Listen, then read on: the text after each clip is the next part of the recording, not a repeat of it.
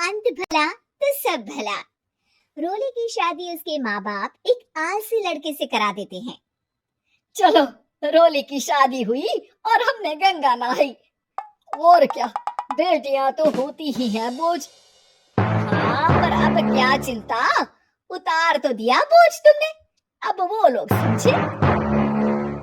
ससुराल में रोली का पति कहता है, देखो, मैं कोई काम नहीं करता, ये बात तुम्हारे मम्मी पापा को बता दी थी मैंने। अब जो किराया आता है दुकान का, उसी से घर का गुजारा करना है।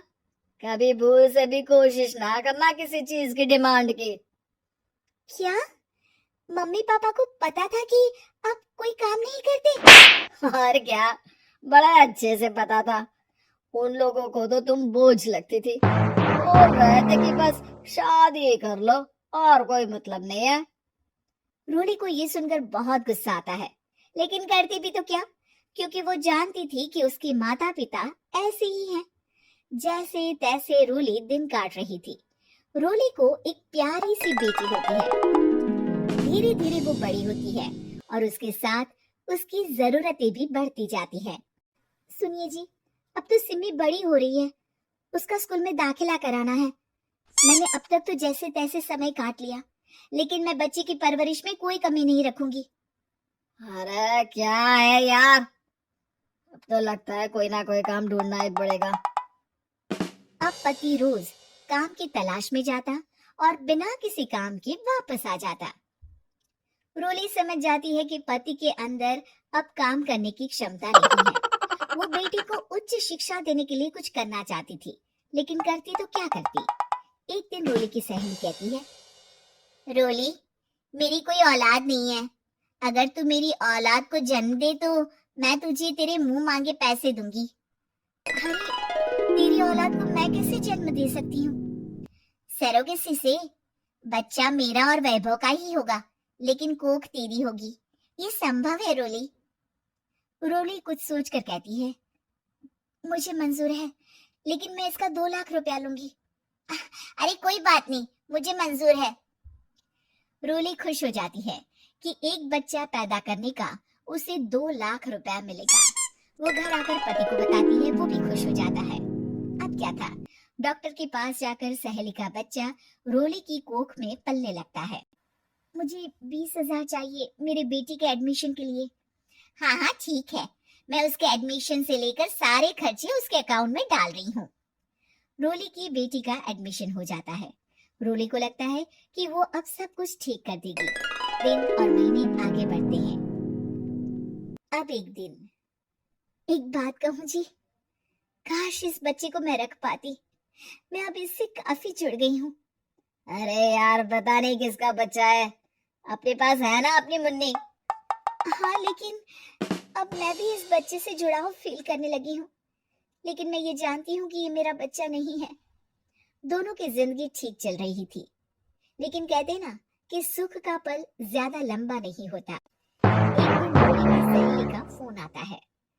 रोली, मुझे अब ये बच्चा नहीं चाहिए, मैं अपने पति को छोड़ रही हूँ। अरे लेकिन मुझे पैसों की जरूरत है, बच्चा तुम्हारा है, मैं क्या करूंगी?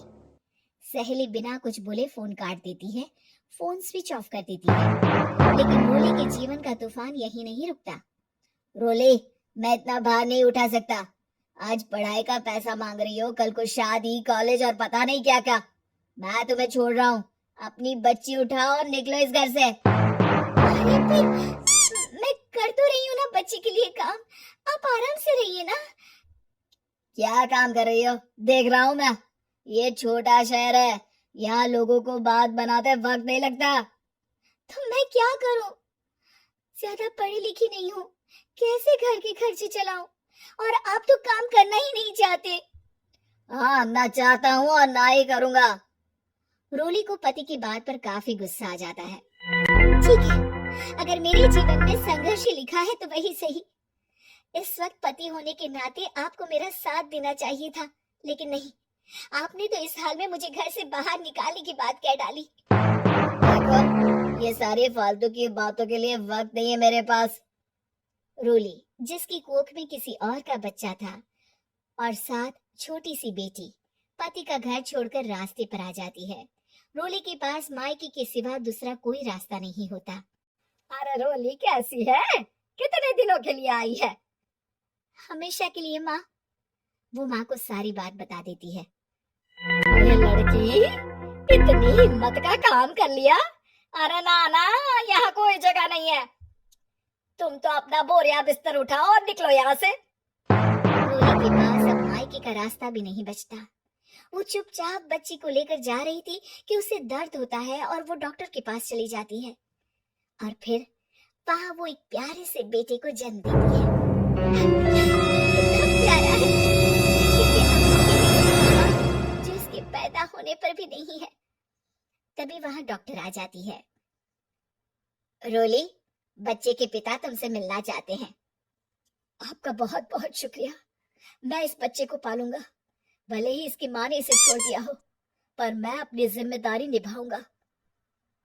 तो क्या आप मुझे इसके पैदा करने के लिए जिन पैसों की बात हुई थी वो भी देंगे? हाँ, और साथ ही आप चाहे तो मेरे घर में रहकर मेरे बच्चे की देखभाल भी कर सकती हैं।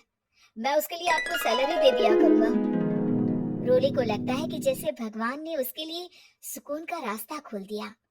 वो अब मुकेश के साथ उसके घर चली जाती है, जहाँ रहकर वो उस बच्चे की देखरेख करती है। अब मुकेश के घर को रोली अच्छे से संभाल लेती है। उसके लिए खाना बनाने से लेकर बच्चों की देखभाल और घर की देखरेख। धीरे धीरे मुकेश को रोली से प्यार हो जाता है। रोली, तुम्हारी बेटी और मेरा बेटा बिल्कुल भाई बहन की तरह साथ रहते हैं। हाँ, आखिर है तो एक ही कोख के बच्चे, अटैचमेंट तो होगा ही ना। रोली, तुमने घर और मुझे दोनों को संभाल लिया। ये तो मेरा काम है। आपने भी तो मुझे छत दी जिससे मैं अपनी बेटी की पढ़ाई और भविष्य के लिए पैसे जोड़ सकूं। अब रोली, क्या तुम मुझसे शादी करोगी? अब मैं जानता हूँ तुम्हारी भी शादी कुछ खास अच्छी नहीं रही। रोली को मुकेश की बात ठीक लगती है। वो उसे हाँ बोलने की सोच ही रही होती है कि उसके पहले पति का फोन आ जाता है। रोली, मैं बहुत परेशान हूँ। मेरा एक्सीडेंट हो गया है। मैं चाहता हूँ तुम वापस आ जाओ। रोली को पुराने पति की चिंता होने लगती है। वो सोचती है कि वो क्या कर रही थी। हाँ ठीक है, मैं आ रही हूँ। हाँ रोली, आ जाओ, लेकिन बच्ची को कहीं हॉस्टल में छोड़कर आना, क्योंकि मैं नहीं चाहता कि हम लोगों के बीच फिर से वो सारी बातें हो।